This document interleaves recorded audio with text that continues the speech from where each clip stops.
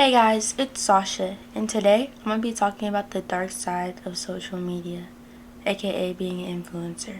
Personally, I think social media has been so glamorized when it's really not that. The more social media came into our lives, the worse our mental health got. And I could definitely say that. Online, you look happy, you look like you have everything, you look like you have your life together. You'll always have the newest clothes, the new viral makeup if you're a girl or whatever, all the little trendy things. But let's talk about what's going on behind the scenes. I've been doing social media since March 2023, and this has brought me to my lowest lows and my highest highs. The thing about it is it's never a consistent high or a consistent low. So I think I wanted to start off this video about hate comments. So first of all, everybody has wrote a hate comment in their life. It doesn't matter if you are disagreeing with the topic they were talking about, whether it was mean, making fun of somebody. Everybody has. People have even made hate comments in real life. It's kind of just a human thing to do, to judge people, because most humans do that. Everybody's imperfect. First of all, I remember writing my first hate comment in 7th grade. I had social media since I was in 3rd grade. I was always taught to never bring people down and stuff like that. And when I became an influencer, that changed really quick. When I first started social media in 2023, I don't specifically remember the first hate comment I got, but I remember how fast they were coming in. And do I understand why I had hate comments? I do, because I looked completely different than I do now, and I still get hate comments. I'll probably say the same thing about myself in a year, but that's besides the point. I remember getting on social media and getting totally degraded about my body, hair, makeup, the things I wore. I wasn't really on trend as I am now, but it was definitely difficult dealing with that. And I remember I'd delete the comments and I'd clap back to every single hate comment I ever got.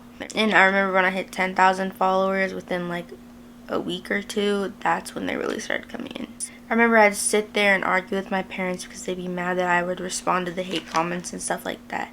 I'd be like, you don't know how it feels. And like, yes we do, we deal with people because they did like business and stuff like that. I'm like, you don't understand.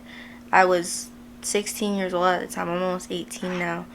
And it's just like, I remember I sat in my bed and cried because one thing about me, I've always been a very confident person. I've never really like struggled with like looking at myself. Like I've never looked at myself and thought I was ugly, ever. There's been off days where I'm like, oh my god, my makeup is making me look so bad, my acne's breaking out, things like that. But like, I think anything that I have wrong with me is fixable, you know what I mean?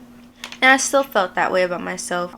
There was a part of me in my back of my mind, and I was like, wow, do people really think this about me? Like, does my hair look that bad? Does my makeup look that cakey? Is my stomach really that big? Does my butt really look like that? Like, do I really have that bad of a double chin? And it just kept going and going and going and going. I remember when I got on social media, I had this fake persona of myself. And a lot of things are kind of fake sometimes. I think the less authentic you are, the more you're just like every other social media influencer. You're not any different because you're trying to be like everybody else. And I think I've fallen into that very easily. And I think that's why I don't have the support I used to. Anyways, I get hate comments for a year and a half. And you kind of just have to accept it at some point. Just be like, okay, like, maybe I should fix this, or like, whatever. I mean, I'm really big on wigs, as you guys know. I remember I sat in my room. This was after like all the hate comments. I sat in my room for like probably 4 hours doing this wig. It was like around like my summer of my junior year, or sorry, summer of my sophomore year, something like that. Summer of my sophomore year. I really do remember it. Sitting in my room, doing my wig for 4 hours, looking in the mirror, not thinking I'm doing it right. It's like, why can't I do it right? Like, I want the people that watch my videos to really just like be proud of me in a way. Like, I want them to compliment my hair and be like, you did such a good job and stuff like that. But like, they don't know me, I don't know them. Like, did I love all of them? Of course I did. I remember I got my phone taken and my parents were going to take away my social media, and the only thing I was worried about was my supporters. And back then I had a super strong fan base, like just how like the other fan bases are for like a certain type of girl, I guess. If you guys know what type of fan base I'm talking about, I don't want to like say their names in the video because I feel like that would be like weird, like, but if you know, you know. That's all I cared about, just like, dang, like, I know they like watching my videos. Like, I don't want them to just like go. Like, I would talk to every single one of my supporters every single day when I was at like 300,000, and I ended up getting banned, obviously. Or you guys probably don't even know about that because a lot of you are new, but I did get banned on TikTok. I was at 300,000, and that's kind of when I went downhill. But now it suddenly came to having inconsistent views. The struggle of having inconsistent views is literally the most degrading thing ever. Does nobody like me anymore? Did I do something wrong? Like, am I falling off? Did I flop? Am I gonna be able to make money off of this anymore? And it just goes on and on and on down that road. You're always trying to find a way to get views. Like, views, personally, to me, the views I get is what keeps me going. I know that sounds terrible, but when you have nothing else in your life that's like really interesting to you, I've never had a passion for anything but YouTube. I remember I was 5 years old. Me and my dad were biking down this thing. I was like, Dad, like, I want to make a YouTube video of us biking, or like I want to go underwater and film myself. I want to do a little vlog, like a family vlog. I remember I made this channel. I can't say the name because like it's a personal name, if you could say so. I don't know, you guys. You'll find out about that part of me probably down the road, but I'm not ready to like come out with that yet. Yeah, that was my passion ever since I was little, and blowing up on TikTok and then Instagram and then just starting YouTube now really like is just like mind-blowing to me. But the views are terrible. For the past 3 weeks my TikTok has been down. I've gotten every single video talking about me flopping. TikTokers go up, TikTokers don't go down, but they don't just vanish off the earth. I've been in those. I've gotten multiple comments saying, put the fries in the bag, bro. Like, it's just like, it's probably one of the most degrading things ever. And it's not necessarily one of those things that hurts my feelings. It's just like, damn, like, shut the up, bro. Like, honestly, how it feels. Anyways, back to the views. But when you're like on a complete high, you're getting millions of views. You're getting 5 million, 10 million. My most viewed videos, I think like 25 million right now. And it's funny because my most viewed video was a month ago or 2 months ago, and all of a sudden I fell off. But little do people know this happens every 3 months. I go on this really low, but except a lot of the times I'm like, am I gonna be able to come back? Like, things like that. I guess while we were kind of in the conversation of a fan bases, it's so, how do I say it? It's so sad seeing people have that you had at one point. I remember when I first started TikTok, I was myself. I didn't put on a fake act for anybody. I was completely myself. I threw off my wig in every video. I danced in every video. I talked about every personal problem I possibly could have. And I kind of like lost my spark in the making of like these videos and stuff like that because I got so much hate. And does the hate bother me as much? No, but it's almost like I got to the point where I use the hate comments for views. Like, I'll purposely post something because I know it's gonna get hate, so I'll just like rage bait. That's what it's called. And once you go to that, it's really hard to come back. I found myself putting on the fake act that I promised I would never put on for anybody today. Do I keep it real? I still keep it real, but not as real as I used to. I don't talk about the amount of hair I have on my floor right now, or the fact that my entire vanity is literally filled with trash, or the fact that I have a stack of plates on my dresser and I'm looking at this camera in the middle. I have a camera on a tripod in the middle of my room with a square light above me, and I'm just like, I don't talk about those things like I used to. And I feel like I think I had to grow up and not talk about things, but when I really think about it, me talking about that kind of stuff brings a sort of comfort to people because they know they're not alone on a lot of other things. Okay, now let's talk about the money standpoint. Money. When you're an influencer, you're gonna get pretty good money, but it's inconsistent. You don't know how much you're gonna get paid that month. You don't have a 2-week income thing or whatever it's called. You don't have your 2-week income. You know you're gonna get that amount of money. You don't. Once your views go down, you get less emails. Once your views go down, less people want to work with you, and you get less sound promotions and less free stuff. Like, it's hard. It really is hard. And since I've switched over to YouTube, has it been better? Yes, but still inconsistent. And you don't know when that money's just gonna stop coming, because this obviously isn't a forever thing. And the thing about it is, you have to have a backup plan for being an influencer. You can't be an influencer your entire life. I mean, you can, but let's be honest, do we think TikTok's gonna be around forever? It's not. It's probably gonna go through multiple changes, multiple different like companies and countries, and just what happened with Musical.ly and stuff like that.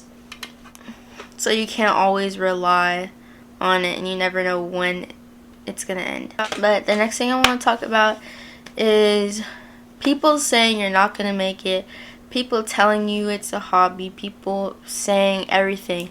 So what's your backup plan? Like, that's not what I need to hear right now. I want to know that I can do this right now. And yes, I just talk about a backup plan, yes, but it's probably one of the most annoying things to hear from somebody. What's your backup plan? What are you gonna do after? This is what I'm doing. Sorry, this is like hard to look at the camera right now, because can I just sit like this, guys? Please don't think I'm weird. But I've had people in my personal life say things like that. They're like, you're not gonna make it on TikTok. Like, you're not gonna make it on YouTube. Like, that's not gonna be a thing. Like, I had my best friend tell me that. Well, we're not best friends anymore, because like I felt like, this is just a whole nother part of the video. Let me just get into it. I did have a best friend, and ever since I blew up, it's just been me constantly putting me down. And at some point, it was kind of like, where does it end? Like, I pray to God they don't watch this, but because this is not dissing them or anything like that. I'm genuinely just telling a story, and I don't think telling a story is talking shit. Last time, this was like our last time hanging out ever. Like, we're not gonna hang out again, but we went to Ulta, and she complimented these two girls, or it was one girl out of two girls, and this girl was like, Sasha, wait, you're Sasha? She didn't even say thank you to my friend's compliment, because she was just like, wait, what? Like, and guys, it's surprising, whatever, but like, it's like, oh. And then another girl down the aisle heard my name, and she's like, Sasha Carter. And then I had 3 people taking pictures with me, and I think it was like I think it's one of the coolest experiences ever, because like, anytime I've taken a picture with somebody, it's like been like somebody and their friend. It's never been like like that. Like, and I just felt, it was just like, whoa. And then I'm really like, the mom gave me a whole speech on like why I'm doing so good and stuff like that. I think it was one of like the best moments of like this like little career or whatever. Okay, am I Kim Kardashian? No, I would never even claim to be Kim Kardashian. Kim Kardashian is a star, but that's probably one of the rudest things I've ever had said to me in my life from somebody that's really close to me. It's just like, why would you say something like that to me? As your best friend, you should be like, dang, like, you were taking photos. Like, it wasn't like a proud like best friend moment. It was like a best friend moment, and I just couldn't. It was like really hard to talk to her afterwards. So I think that's another hard part, like, doing this kind of stuff. Like, I remember I literally got assaulted at a mall, and her little sister had like a fan page of me, and for some reason I got targeted, and it's just because it was me. I got hit in the face and rocks thrown at by one singular girl and got recorded. And did we press charges? Yes. Call me like whatever, but obviously I'm not just gonna let that slide. She at the time I was 16 and she was 19, I think. And the funny part about it is the little sister literally said, can you please send her to jail? Like, it was crazy. So yeah, I think those are some of the biggest downsides of this. You never know what's gonna happen to you in public. It's just like, yeah, I might not be that known. I might only have 500,000 followers, which is a lot, but like, if you put it across every state. Not everybody's gonna know you, obviously, but you don't know when somebody does know you. That's the thing. Every time I go out in public, somebody knows me. It's not like the entire crowd. It's just like a few, like probably 3 or 4 people know me. It's just like is this even safe anymore? I think safety is a big factor of all of this. I think you always want to have your location on, just in case something happens to you, because you never know. I think that's a big thing why parents don't want their kids on social media, because of things just like this. Bro, I just messed up my freaking lighting. Okay, hopefully it's back. Another thing is feeling like you need everything. Feeling like you always have to be on trend with everything. I swear, I am at fault of it. I'm very much at fault of it. I literally remember this girl last year. She said, yeah, you can tell she's a TikToker. She has all like the trendy things.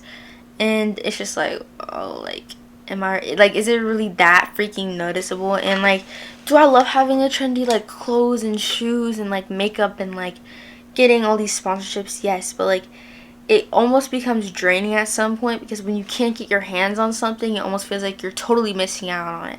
It's like when you don't, like, you know, like if you don't get invited to like a party or a hangout, that's what it feels like. I've gotten to the point where I have no outside life besides social media. All I do is sit in my room and film videos all day. I think like I don't get out. Like I can't talk to anybody in person. Like I literally had somebody tell me today, you are not anything like how you are on social media. Like, you're so energetic on social media, in person you're just like, you stay to yourself. And I was like, whoa, dang, like, I don't know. I think that is really true. I had times at school where I didn't open my mouth for a week at school. It doesn't matter if I was talking to my teacher or people at my table. I didn't open my mouth for a week. I remember my mouth would get so dry last year because I didn't talk in class ever. Like, my mouth would be like the entire day, almost like as if I was sleeping. It really messed up my socialization and how I communicate with people, and I hate that so much. I'm just not good at talking. I don't have any friends at school. I don't have one actual friend at school. Like, I have acquaintances, but nobody that I would talk to at lunch. I literally am alone at lunch every day. And I don't really mind being alone at all, but company is nice sometimes. Next thing I want to talk about is everybody telling you what you can and can't do. Getting canceled, cancel culture. I think this is the last thing I'm going to talk about. Let me know if you want a part 2 though, but I cannot have an opinion on social media whatsoever without getting hate, somebody clapping back at me, or being like, oh my gosh, she supports this, she likes Trump, or she likes Biden, or she doesn't support this country, or she does support this country. You can't make anybody happy on social media. Your opinion will never be valid to everybody, and it sucks. It sucks really bad because you want to make them happy and stuff like that, but it's just like it could literally be as far as chocolate ice cream and vanilla ice cream. It does not matter. People are so ruthless about what they have to say, and it's honestly just stupid. Everything you can't say now, oh, that's a slur now or whatever. Like, when did that become a thing? Like, everybody's just making up things at this point. I can't even keep up. Am I on my phone every day? Yes. It doesn't mean I'm on your side of the social media. And that's another thing that I hate.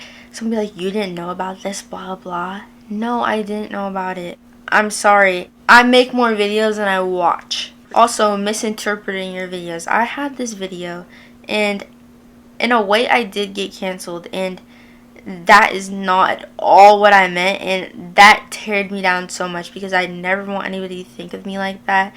And I don't know if I should bring it up in this video, but it was a video of people were leaking this girl's address.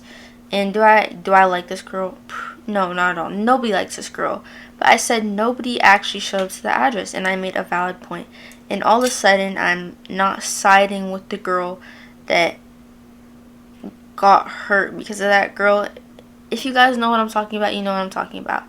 But everybody misinterpreted it in the wrong way. Now suddenly I support this girl that did all this bad stuff to this one girl. And it's just like, No, I just made a statement. I don't know how I support them and stuff like that.